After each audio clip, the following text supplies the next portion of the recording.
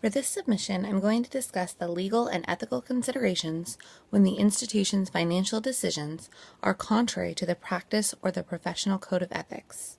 We actually ran into this recently in our office with the whole Obamacare, where we had a patient who was, we just found out she was type 2 diabetic. Her blood sugars were well over 400, A1C was, more than 15, and we were currently getting her set up on an insulin regimen. We had her on a sliding scale as well as increasing her insulin several times a week, dependent on what her numbers were doing, trying to get her down below 200. In the midst of us getting her set up, we found out that she had selected an insurance that we no longer accepted.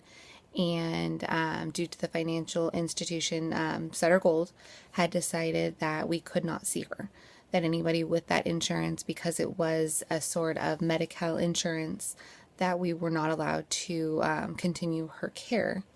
However, she couldn't get in to see her next physician for several months because nobody in the area was accepting that insurance. So that left us with a huge dilemma because ethically we couldn't just, abandon her. We couldn't see her because we could not bill her financially. We're not an emergency room department. We don't have to see patients regardless of their situation. And so it left the provider with a huge ethical dilemma as to what he was to do, because there's only so long that he can legally see her and can continue to practice medicine for her without being able to send her for lab work and to see her in the office, to follow her. What he ended up doing was talking to her on the phone, having her test her blood sugars at home, and then just having several phone calls with her to try and get her medication adjusted. We also made several phone calls to different facilities explaining the situation, made sure that we got them medical records as soon as possible. We really did anything that we could to get her to kind of check out to somebody else that could take over her care. But it is something that we run into from time to time, to where financially patient can no longer afford to see us, but medically, they need us. We run into that a lot with the mental health patients, to where, they may end up losing their job due to their, anger issues, or we had one patient who ended up breaking his back, and he lost his job because he could no longer perform the function of that when he ended up just not having insurance for a while because he didn't yet qualify for the Medi-Cal disability. He wasn't able to go to his physical therapy appointments because he couldn't afford the treatment.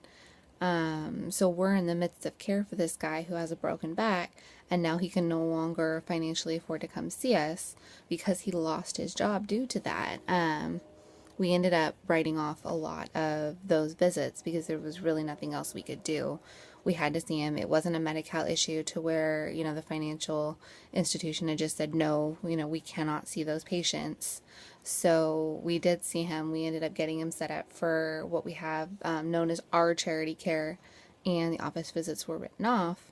But it is a very difficult decision when a patient's financial reasons prevents them from coming to see us, whether that be a very large deductible or they lose their insurance for whatever reason, and the doctor has to decide whether they're going to continue prescribing the medication for the patient, even if they haven't seen them for a year or more, which oftentimes they're not comfortable with doing because they don't know that the medication is truly still working, that their blood pressures are still under control, that their cholesterol has not gone, completely out of whack because they can't afford to check their blood sugar and their cholesterol. And